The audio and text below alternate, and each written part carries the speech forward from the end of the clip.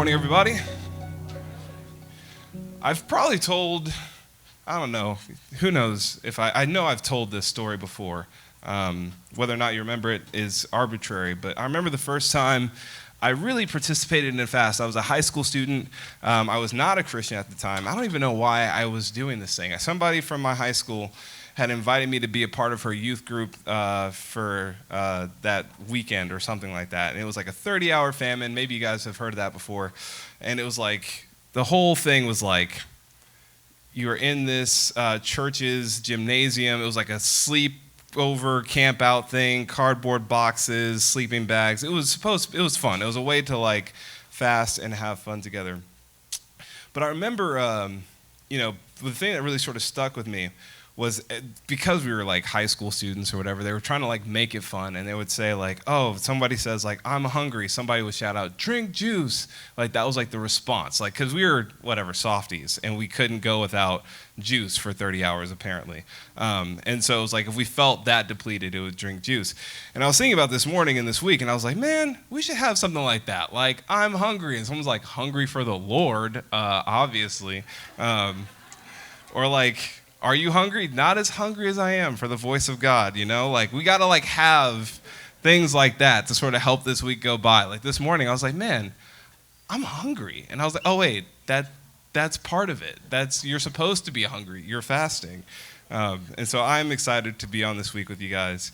Like Joel mentioned, we are embarking on a shift in the Exodus narrative. So the first few chapters were about sort of the backstory of Moses, the events leading up to him sort of going and helping liberate the Hebrew people. This is now entering sort of the crux of it, like the confrontation between Moses and Pharaoh. And so thinking about you guys this morning in this passage and just sort of, this is a lot of text. I'm sorry. And wouldn't you know that I actually cut out some of what I initially planned for us. So you're welcome.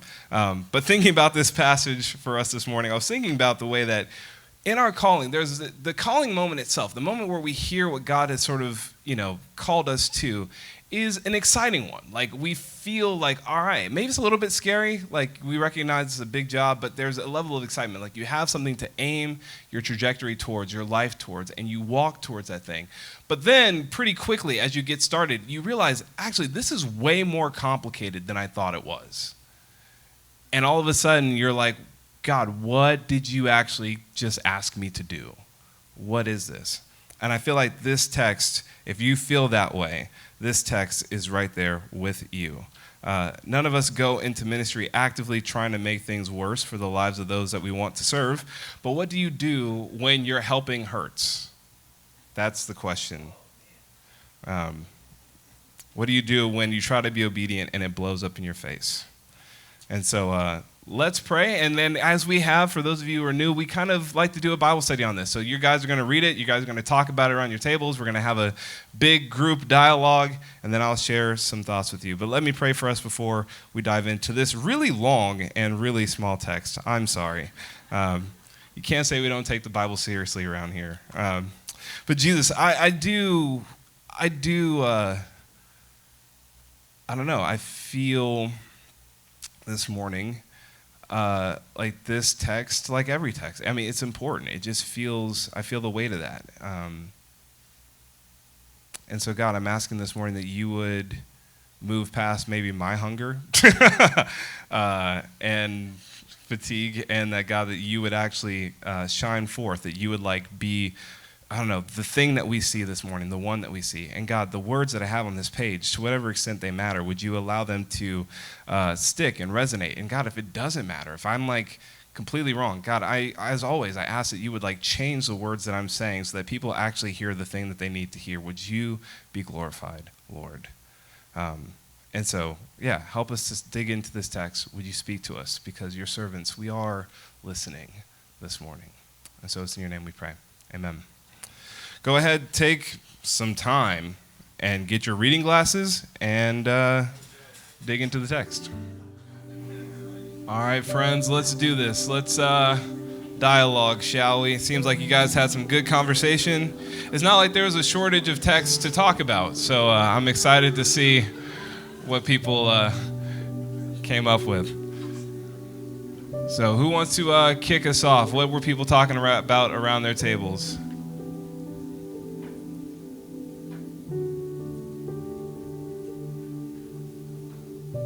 Yeah, go for it, Skylar.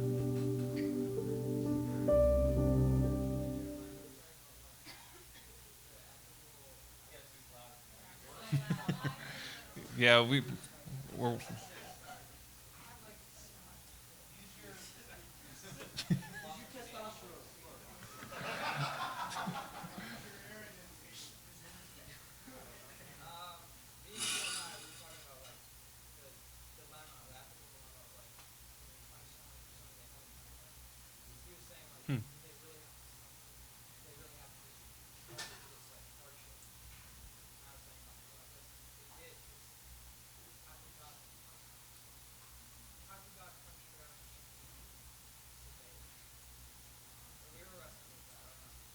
Yeah, yeah.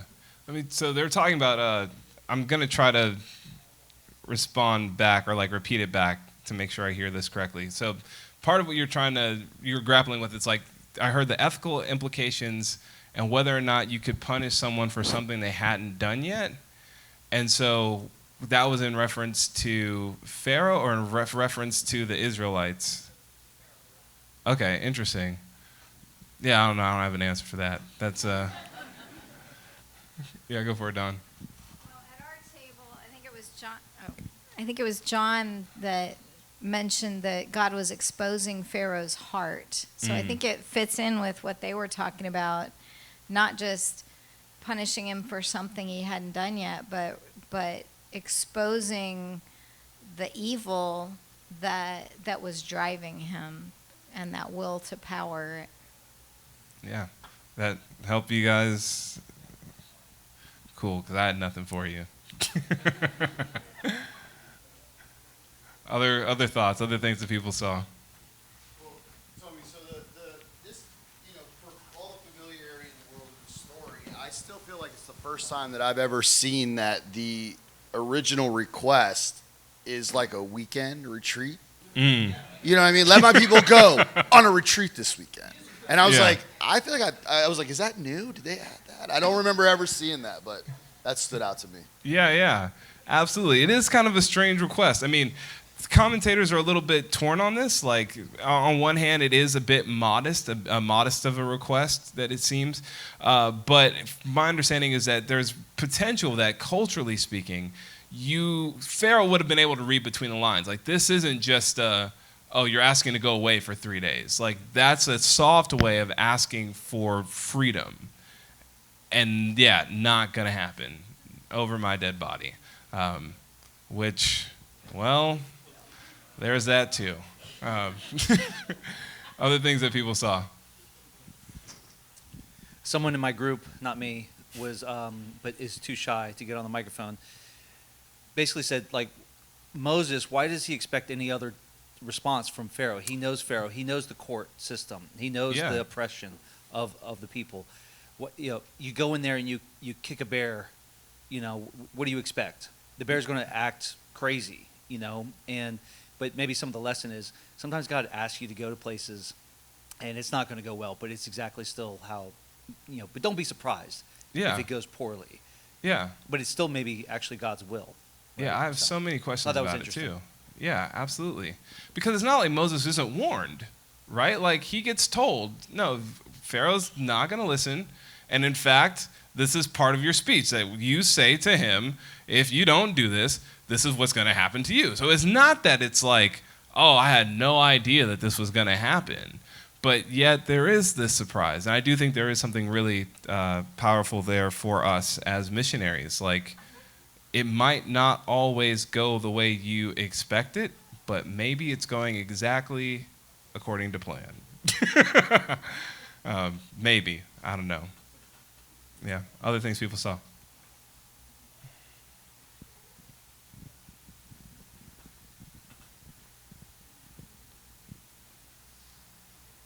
Thank you. Something that I noticed is, unfortunately, how much I relate to Pharaoh in this text. When I when my self-worth feels challenged, I tell myself to just do more. I'm just being lazy. I need to do more things that produce physical and tangible results. I need to accomplish things, get more hobbies, do something with my time. Yeah. And it is often not reading my Bible more or praying more. It's often like I need to go out and do something that's going to make me look like I'm actually productive and not feeling bad about myself. And then, what I often tell myself I'm lazy when actually there's something that just needs to be healed. And the only one who can heal it is Jesus. But unfortunately, I try to work myself through it first most of the time.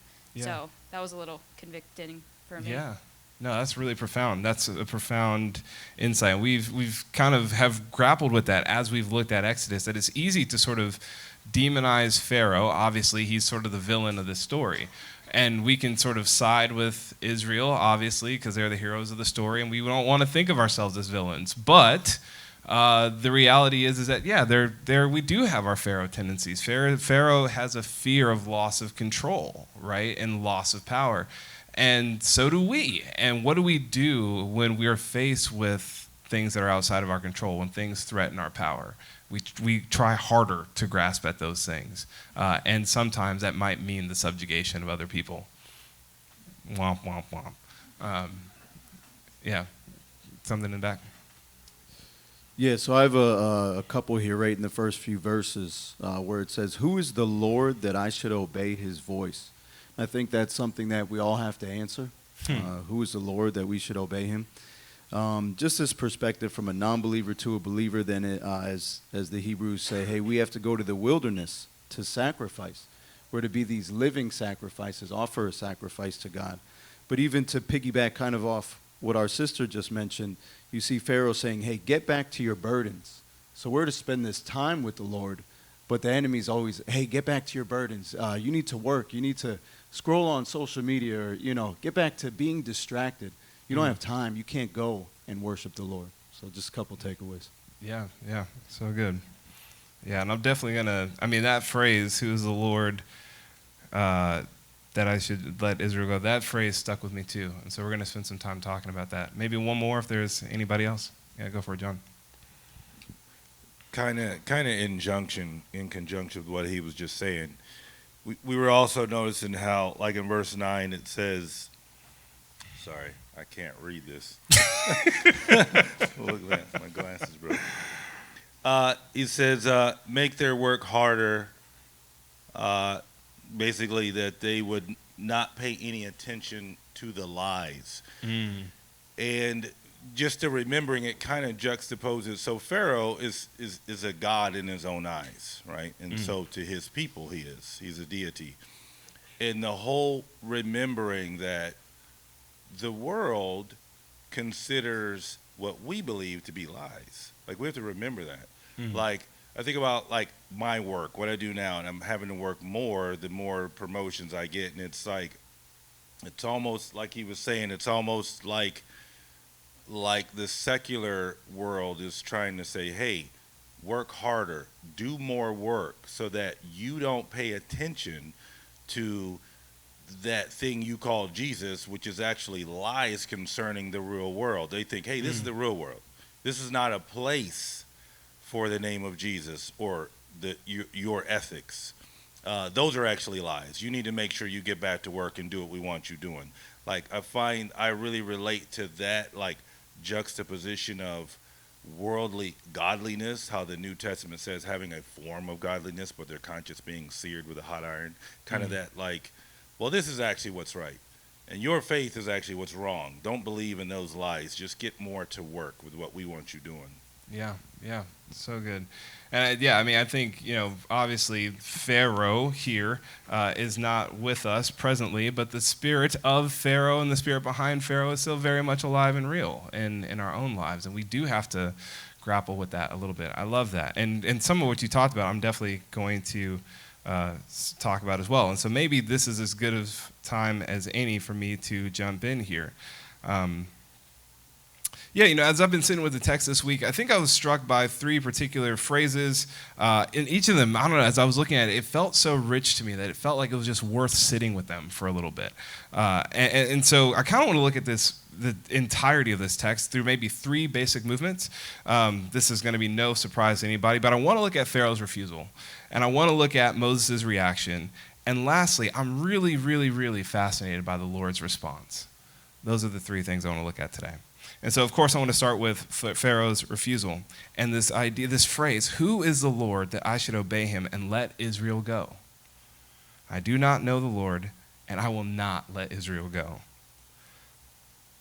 For some reason, that phrase seems really important to me. I think in part because when I read it, it feels like it says to me almost everything that I need to know about mission in some way is wrapped up in that phrase. By very nature, mission involves proclaiming the Lord's name and will to a people in a place that is not yet in submission to who he is. It's heralding to every authority and power and king that there is actually a king above you. And as people who've been called and sent by God to some of the darkest places in our city, we get there only to hear this response: "Who is the Lord that we should obey him?" In other words, give me one good reason. I love what John just mentioned, that this isn't Pharaoh innocently stating a fact of ignorance. This is deliberate adoption of a defiant stance. It's refusal to acknowledge that Yahweh has any authority in his own jurisdiction as king and as a god amongst the gods of Egypt. One commentator puts it this way, that this profession of ignorance is also an almost unprecedented act of blatant rejection of the words and commands of God. Not since the Garden of Eden has a human being so willfully heard God's voice and simply refused point blank to obey it. This isn't the first Pharaoh in Israel's history. It's not even the first Pharaoh in the book of Exodus. If the predecessor in chapter 1 didn't know Joseph, what makes this Pharaoh different is that this Pharaoh doesn't know Yahweh. And as tempting as it can be to believe that this is a story of Egypt versus Israel or Pharaoh versus Yahweh, it's actually much bigger. It's much more cosmic than that, as we already talked about. It's a confrontation between the gods of Egypt and the God of Israel. It is not as equals, but as rivals, as rival claims about who truly rules reality. That's what's at stake here. Pharaoh was understood historically and within this biblical narrative as the living representative and authorized embodiment of the gods. He scoffs at Yahweh's authority because he places himself and the entire Egyptian pantheon above this unknown deity. And as Joel reminded us a few months ago, that even this lack of a personal name, it hints at Pharaoh's paradigmatic role, not merely as an individual king, but as the divine ruler of Egypt as a system. Because I've been in his trilogy on the powers for like the last year and some change, all I could think about when I was reading this was Walter Wink and some of his work on the powers. And I don't want to get too deep on the weeds in this because, one, we don't have time, and two, I'm not that smart. And so I just would make you even more confused than I am currently. But he suggests this idea that every institution has three dimensions, not like separately, but three ways of looking at the same power. Like there's three ways that sort of the same power shows up in the world. One is the exterior, that is to say what it does, right? But then there's the interior, which is what it believes. And then there's this last element that is the personal, like the person who carries those interior and exterior sort of beliefs. And so Egypt has a physical reality, right? Like there's the country that is Egypt. But Egypt also has this interior life, these values that Egypt carries that manifests itself. It shows itself in the way that it treats these people. And all those things, the concrete practices, the values, the ideas, the instincts, the spirituality of Egypt, it gets embodied and made personal in Pharaoh, who gives it a voice, a body, and a will. And in this narrative, he acts as the anti-God figure, repeatedly placing himself in direct opposition of God's redemptive plan. What I think is so fascinating here is that if you look at it, it's like, here is Moses going to Pharaoh saying, okay, we fear the Lord, and this is what we want to do. We want to go worship Yahweh in the wilderness. And Pharaoh's response is kind of, well, if you guys think you're afraid of the Lord, I'll show you who you should actually fear.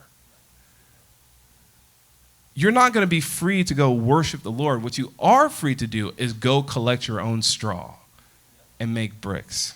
That's the sacrifice that you will make to this deity. And that's what fallen powers do. They demand sacrifice. They fear loss of control. They punish resistance. When named and challenged, they strike back. And that's what they are dealt with. It made me think about being a college student, and there was a girl in our chapter. She was kind of, I don't know, she was recent to our group. She was coming around to some Bible studies. She maybe participated in a Jesus Encounter weekend.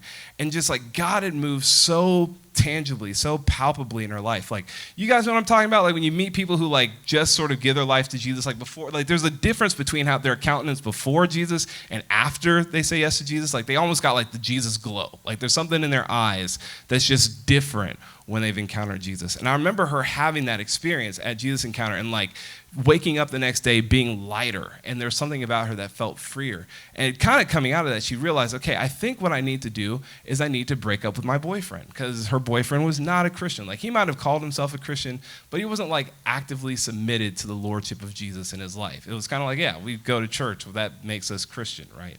And so she realized like this guy is actually not conducive to my walk with God. And so she kind of goes back, fired up, like Jesus met me, he loves me, I'm a part of this beautiful community. I feel like this is what I need to do. We need to end this relationship. And you can imagine it doesn't go well. Like it's not that he like gets physically violent or anything like that, but then he begins to cast doubt on everything that she experienced over the weekend, begins to cast doubt over us as a community. Like, who is this group of people that's telling you to break up with me? How are they controlling your life? Aren't you a free person? Aren't you a grown woman who can make her own decisions? And who is this God that he would keep you from me? Like, are you really going to let this get in the way of us? And what happens? What happens is that she sort of withdrew from us, pulled back from us. And you could see that it was just different. I mean, years later, when I was a campus staff worker doing stuff in Cayman, and guys, you know how it is trying to get a ministry started. Like, it is a lot of human effort, but ultimately it's like divine grace and providence. Like, God just does something that makes the scales tip. And so I remember trying to get, our campus ministry started at this college in Cayman. And, it was a lot of uphill work. But then just out of nowhere, somehow, I don't even know how this student came into our chapter. I think her mom came to our church. She was a student at the school. She just recently come to know Jesus. It was like this radical conversion story. And she was just like on fire for Jesus. And Cayman was this like culturally Christian place that I was like constantly trying to like say like, no, like, just because you go to church doesn't make you Christian. And so to have a student that was like, I get it. Like I was outside of the kingdom. Now I'm in the kingdom. I was like, yes, you are amazing. Like, please. And like, so she kind of became a core student of our chapter, and she was helping us plan outreaches and do all sorts of stuff. And then, one day she goes to talk to her professor, I think to get like help with a class or get some academic advising. And she comes out and she just says like, something about being either sexually harassed or sexually assaulted by that professor, but would not tell me who, would not tell me what happened, just said something had happened, and whatever it was enough for her to just be rattled. Like it's not that she stopped believing in God, it's not that she like forsook Yahweh or something, but it was enough to keep her quiet, and she withdrew from us. And I just remember being so upset. Like, of course, upset in the moment. Like, here's one, like, abuse of power. Like, how could you? How dare you? And wanting to find this professor. Like, I think I tried to, like, scan the hallways. Like, who was in their office? Like, I want to know who this is. Because you don't mess with people like that. But you especially don't mess with one of my students. Like, that's jacked up. Like, I do not appreciate that. And, as much as I was like, I don't know what I would have done. Maybe I would have, filed complaints against the professor. Till this day, I still have no idea who it was. I realized, in sort of reflecting on it, that, as heinous as the professor was, and don't get me wrong, like, I don't want you guys to mishear what I'm saying and think I'm, like, writing off his actions. Because, no, he is totally accountable for what he did. But there's also this reality that there is an enemy that roars around, that walks around seeking to devour people. And so as much as I'm tempted to like be mad at him and solely focus on him, the reality is that evil exists in the world too, and that this guy somehow was in collusion with that evil, right? Like it's bigger than just this one person. She belonged to Yahweh, and he was taking her back, but the enemy also has staked a claim on her too. And if we wanted her, we were going to have to fight. And maybe the reality is that all mission, no matter what you're doing, all of it is the work of liberation. There's a world that is captive to sin, death, and the devil, and the nature of liberation is that you are actually liberating them from something, taking them from someone, right? And those things do not let go gently or quietly just because you asked. Even just because you said please, it does not work that way. Every system, every captor, every oppressor responds to your demand that you let that God's people go. Their response is always, who is the Lord that we should even acknowledge this? Because you're fighting something that's both physical and spiritual, you have to figure out how do you engage both of those, right? Both the action, and this was maybe Walter Wink's argument, that it's not just activism, although that's important, but that only addresses the physical, the structural, but you also need something that addresses the interior. You need the spiritual practices that also go with that, because you don't fight against flesh and blood. You do fight against powers and principalities, and I think that is so profound for us as we consider this week of fasting. I think about the college students heading back to school tomorrow, where you'll invite classmates to explore the God who made them for himself. And you're not just invited into a Bible study. That's not it, actually. But you are engaged in a warfare against the powers and principalities of this present age. This is the work that you're doing. And maybe Star Wars had it right. If you bring a new hope, the Empire will always strike back. Which maybe takes us to Moses' reaction. Why, Lord, have you brought this trouble on this people? Is this why you've sent me? And for some reason, I just think that is such a human response. I think we all have felt that way at some point in our missionary calling. Is this why you've sent me? Seriously? This moment right here? For some reason, Moses and the Israelites are surprised. I mean, all week I've been trying to figure out why. I mean, for the Israelites, I get it. Like the chapter before this, we're told that Moses tells them everything the Lord had told him. But I'm wondering, did he just like leave out that detail? Like, yeah, God's going to come. He sees you. He's like, he hears our cries. He's coming down to liberate us. And this is what's going to happen. We're going to be free. But he just maybe left out the small fine print that, oh yeah, by the way, Pharaoh's heart is going to get hardened first. And that's a piece of it. Or is it that he was surprised by what it looked like? I mean, he was warned. God's word had come to him and had come to pass without fail. I mean, God had told him, all right, I'm going to send you Aaron, and Aaron's going to be a spokesperson for you. Check. That happened. Moses doesn't go looking for Aaron. Aaron goes, finds Moses. They're not in communication with each other, but Aaron goes to find Moses. It happens. God tells Moses that the elders are going to listen to him. Moses doesn't think it's going to happen, but it does. It happens. He tells the elders, we saw this last week, that he tells the elders what was happening, and they worship together. Check. And God also told him that Pharaoh wasn't going to listen. And all of a sudden, what is this?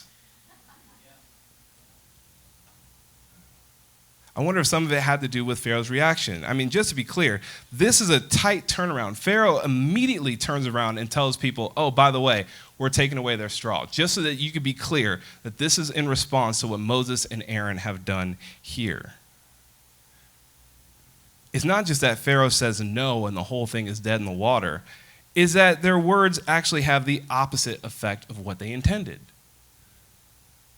Instead of liberating people, they have actively made their lives worse. Whoops. I don't know if you guys have ever seen those the worst thing she can say is no memes. Have you guys seen this? Do people know what I'm talking about? The college students get it. Okay, so for those of you who are like unacquainted with what I'm talking about here, it's like this idea that, you know, shoot your shot. Like tell a person how you feel. The worst thing they can say is no. And like you'll see that the meme is like the top will say like the worst you can say is no, and then underneath will be like a screenshot of how it actually went, and it's almost always way worse than no.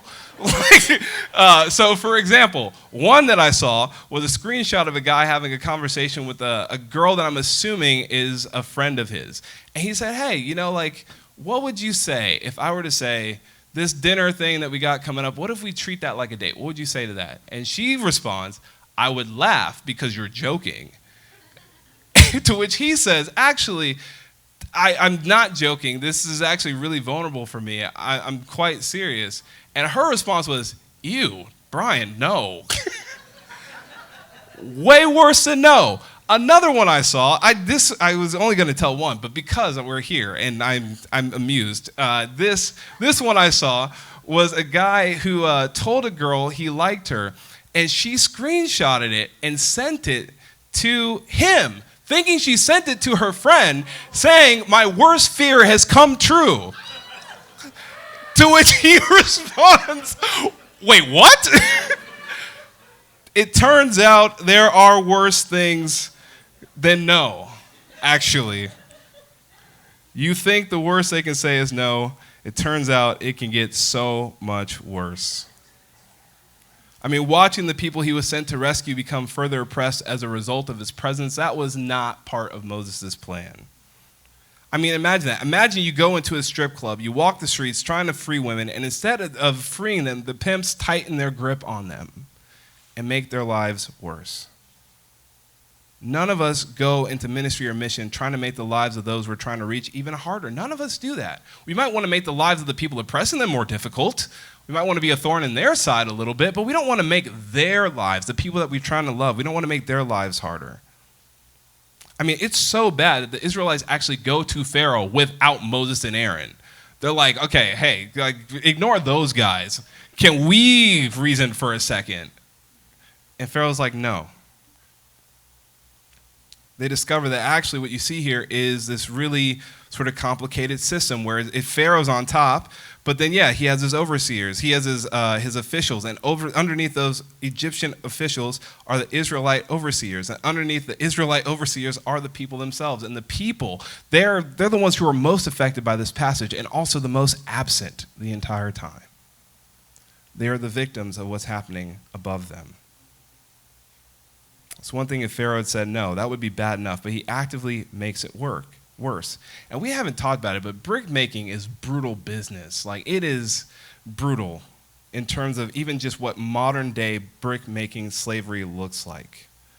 I mean, we're talking like 7-8 foot walls meant to keep brick thieves out and enslaved workers in. We're talking air being thick with dust and smoke covering everything gray, red, and it just never settles. The air never settles. The kilns are constantly burning, which means that someone has to feed the fires without pausing. It's one of the worst jobs imaginable. Talking about excruciating heat, charcoal dust, sweat-soaked skin cracking underneath layers of clay and soot. This is what we're talking about. And that's modern day slavery. You can only imagine what it would have been like then. And it's interesting because here what we see, and the commentator mentions that the anger and frustration that the Israelites have is not necessarily even with Yahweh. It's with Moses. It's operating under this belief that actually God wouldn't have done this to us. You guys have done something that was wrong here. And I feel like, isn't that also true of leadership? That you sometimes, what leadership means is that you take the heat for things, You do your best and people say, this is your fault. You broke it. And it's all right, you have to take it. What I think is interesting here is that Moses, as far as he's concerned, this was not his fault.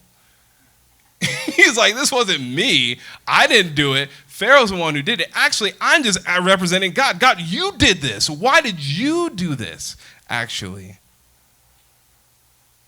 It says, I think your translation says something about brought trouble on these people. The words are actually like brought evil upon these people. Moses believed God, but he still assumed that obedience would mean immediate relief, not intensified suffering. And like I said earlier, I think we can relate to that. We hear a calling, and perhaps we're excited for what's to come. And then we realize mission is much more complex than we imagined. Our Bible studies, our ingenuity, it's not enough. The Lord promised he'd be with us. He's the one who sent us. We think success should be guaranteed, and yet we experience hardship, setbacks, and failures. And like Moses, we can find ourselves asking God, is this actually why you sent me? And I think for us, I think maybe for some of us, yeah, we're surprised when things go bad. I think some of us know it happens, but we're surprised sometimes where it comes from. And that's actually what hurts. And maybe the solace here is that in mission and evangelism, things rarely ever go well the first time around. It's a series of moments. It's a series of conversations. I mean, I was thinking about, once again, I don't want to get into the weeds of this, but I was thinking about the 5 thresholds of conversion, if you've ever heard us talk about this idea that, like, sometimes we think of evangelism as, like, someone being outside the kingdom and then entering into the kingdom, and that's success. And that's, like, when we've done evangelism well. But it actually, in this framework, is that people don't just make that jump. There's actually thresholds that they have to cross to even get to that final threshold. You're trying to proclaim the gospel to somebody, and you're wondering why they're so hostile. Well, that's because they're actually at the first one. They don't even trust a Christian to begin with. And you're like, oh, snap. No wonder it's not working here. It's like, actually, it takes multiple interactions, multiple attempts, and baby steps. And there's a chance that you might not actually be the person to see that from beginning to end. The amount of conversations that we have with people that, like, we do our best. We try our hardest to, like, we give our best gospel presentations. We do our best investment in a person. And then, like, randomly, years later, something completely apart from you changes that person's life. And you're like, what about me? Like, I did something, didn't I? Like, don't tell me it was in vain. But you did, actually. You played a part in it in some way, shape, or form. If we think mission is a zero-sum enterprise where either we win or we lose, we succeed or fail, then we're doomed and we want to quit. But the reality is that we're playing a zoomed-in picture game where we try to guess the entire image based on one zoomed-in selection of a bigger photo that is so much more broad and outside of us.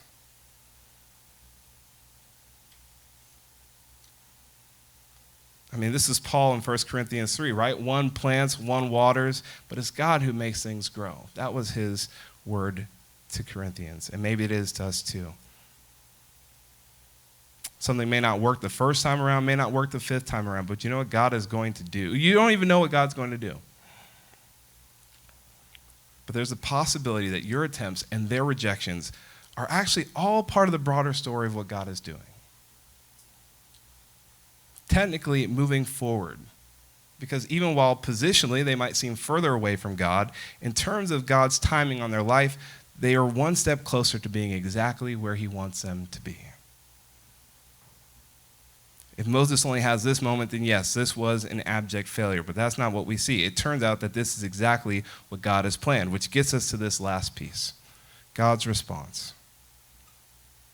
And I couldn't help be fascinated by, now you will see what I will do to Pharaoh. How cool of a phrase is that? Why have you brought misery to these people? Why have you taken their already impossible lives and made it even harder? Why did you send me to do something that was destined to fail? Somehow all those questions are answered in this statement. Now you will see what I will do to Pharaoh. It's like there's something that Moses couldn't have seen if Pharaoh had just said yes or if he had just said no. It actually had to get worse. It has to seem completely and utterly hopeless. Then Moses will see just how powerful the Lord is. And this is what God does throughout the course of Scripture. This is the narrative, the testimony of Scripture. He defeats an army with 300 people. He causes city walls to come down by people marching and blowing trumpets. He consumes burnt offerings that have been drenched in water. It's Jesus feeding an entire crowd with 5 loaves and 2 fish. 5,000 men, not including women and children. And then he does it again. This is Jesus allowing Lazarus to die so that he can raise him up again 4 days later. God seems to be most glorified when the chips are down. Moses thinks it's a setback, but actually it is a setup for God's mighty hand. When things seem completely and utterly hopeless, that's when God says, okay, now watch this. His glory shines brightest in the moments of greatest darkness, and it's abundantly clear in those moments that it couldn't have come from human hands. It had to be the work of God so that no one can boast. Moses wanted relief. God wanted revelation.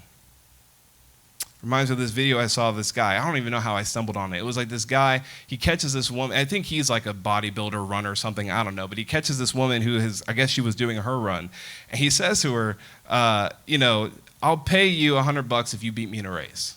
And she looks at him and she's like, no, that's stupid. Like, I'm not actually going to take you up on this. He's like, no, go ahead. I'll even give you a head start. And so like she, for whatever reason, takes it on and she like bolts and she books it. And she's actually impressively fast. Like, I'm watching this, I'm like, oh, snap. And he's kind of like sitting back, looking kind of, you're seeing the time sort of run on his watch or whatever. And she gets pretty far.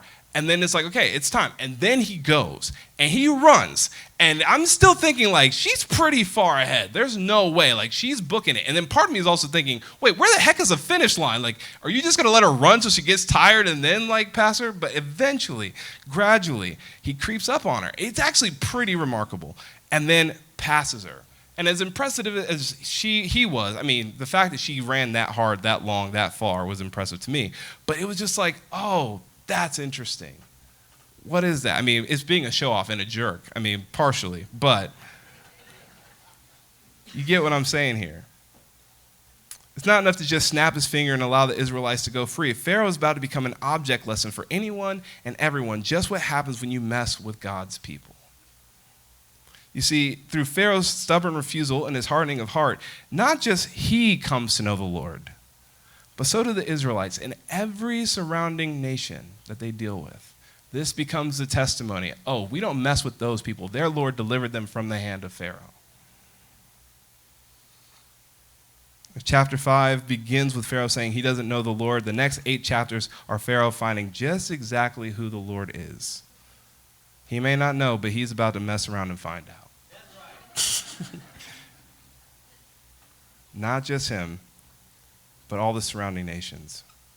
And essentially, guys, this is what Exodus is about. This is the heart of mission too, that it is about God who makes himself known to the world. Maybe through one people first, but then this also becomes the vocation of the church, that we also make God's name known to the world. And this morning, I want you to consider the possibility that all our setbacks in ministry, what if they're all just setups for the mighty hand of God to be revealed? It sounds cheesy, but what if? What if we possess that kind of faith? And how would that reframe our failure? We see a zoomed-in section of a picture, but God sees the whole image, makes the whole image. He doesn't seem too worried about that. In fact, everything is right on time. I heard Pastor Tabidi Anyobile, try to say that 10 times fast, say it this way, that we always live on the eve of our disbelief becoming reality. The reality is that not all our individual stories get a happy ending, but we do know this to be true, that our collective story does. It may seem like we're losing, but victory is assured. And maybe like the runner in that video, he says, try to outrun me if you can. I'll even give you a head start. But it was always a done deal. Maybe I'll call up the worship team as we wrap up.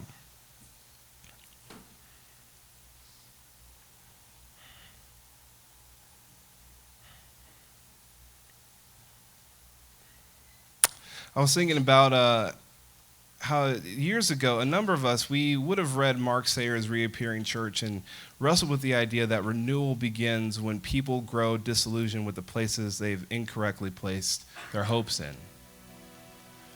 In that season, we would have kind of grappled with like the reality that we can't make revival come, but we can drop the sails for when it happens. We can prepare our hearts for that moment. And it seems to me, as we've talked about that, like God is doing something around us. That thing that we could not have controlled, the thing that we tried to prepare for, God is doing something around us. I think about the mass baptism happening on college campus. I think about the fact that there are, for like the first time in who knows how long, there are more Gen Z men entering the church than women. How wild is that?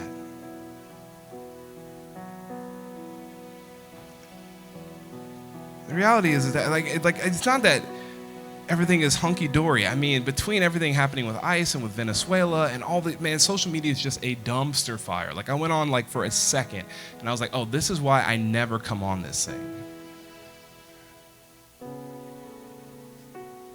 But the reality is that the spirit of division that plagues our country, whatever interior reality that sits at the heart of our government, our nation, our institutions, whatever forces or values that lead to domination, the fear of other and hate, all those things that manifest themselves in behaviors, all those things will be met with the Lord. That too will be dealt with. And in this we can have hope. I don't know where you are this morning, but I think as we embark on this week of fasting, it seems profound to me that this is the text that we land on, that we don't fight with flesh and blood. We do battle against the powers and principalities. And so I'm challenging you as you enter into this week to enter in with boldness. Pray for big things.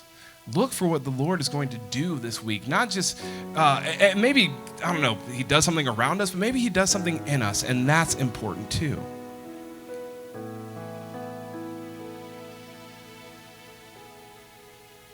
Maybe the last thing I'll say is I was thinking about the Chronicles of Narnia and the Lion, the Witch, and the Wardrobe, because why not? Why not think about the Lion, the Witch, and the Wardrobe? If you've ever read that book, you know that part of what happens in that book is that Edmund betrays his siblings. He is bribed by the White Witch with food and power and promises, and he gives her information. He essentially becomes a traitor. And according to the deep magic from the dawn of time, every traitor is a White Witch's lawful prey. It doesn't matter that Edmund didn't actually betray her. Treachery is treachery. And if the deep magic is broken, all of Narnia falls. That is the threat that they are dealt with. And of course, Aslan, that lion, the God character of the story, does the unthinkable. He offers his life in exchange for Edmund's. And the witch, she thinks she's won. She laughs. She says, in effect, you've lost your life and you think you've saved the traitor, but now Narnia, all of it is mine. It's a moment that seems futile and silly, and darkness seemed to have won. But what she didn't know is that there's actually another story. And I love the way that C.S. Lewis titles these chapters. There is the deep magic from the dawn of time, but there's also the deeper magic from before the dawn of time. When Lucy and Susan return to the stone table, they find it cracked, and Aslan is alive. Death is beginning to work backwards, and they're wondering what it all means. And this is what Aslan says. He says, it means that though the White Witch knew the deep magic, there is a magic deeper still that she did not know. Her knowledge goes back only to the dawn of time, but if she could have looked a little further back into the stillness and the darkness before time dawned, she would have read there a different incantation. She would have known that when a willing victim who had committed no treachery was killed in a traitor's stead, the table would crack, death itself would start working backwards. And now, to business. I feel I'm going to roar. You'd better put your fingers in your ears. This morning, it seems to me as I look at this text, there's another moment in which evil thought it had won, a moment when those called by God, sent by God, would have been dismayed and wondering like Moses, is this what you've called us for? You have not rescued your people. And that setback was also a setup for the greatest deliverance of all. Jesus would be crucified, but he would rise again, defeating our greatest enemies. And now he reigns forevermore. Every setback, every discouragement, every broken relationship, every hopeless situation has to be viewed through the lens of that reality, that God overcomes. This was Jesus' words to us. In this life, we will have troubles, but take heart because I have overcome the world. And so we do, and so he has. This is what we live in. We live between calling and fulfillment. We always live on the eve of our greatest disbelief becoming reality. But this is the promise and testimony of Scripture that if it's not good, then it's not done. And if it's not finished, that means God is still working. And I don't mean that in a prosperity sense, but I mean that in an eschatological sense. All will be well. And so we say, roar, Aslan, roar over our cities and our families, over our workplaces and our college campuses. We say roar over our streets and in courtrooms and in boardrooms and in the locked room of every heart that is far from you. We say roar, Aslan, roar. This morning, as we come to the table, maybe some of you need to grapple more seriously with the unseen realities that we are waging war against. You've been trying to do things in your flesh, and this morning is an invitation to you to also do war in the Spirit against the interior reality of things. And maybe for some of you, you have experienced the backlash and you are wondering, God, is this what you have sent me for? And the invitation to you is to listen for the Lord. Can you hear him tell you that he is in control? This table, too, that we come to, it would have been a moment of uncertainty in the life of the disciples. A week of intense engagement with the temple system in which they would have experienced the drama of that community. And in that room, Jesus redefines Passover. He calls them both to remember something past and anticipate something future. And I didn't give you these verses, but man, the verses right after this section, you find that Israel's past is their future hope. This is true for us, that we proclaim the Lord's death until he comes, because he will come again.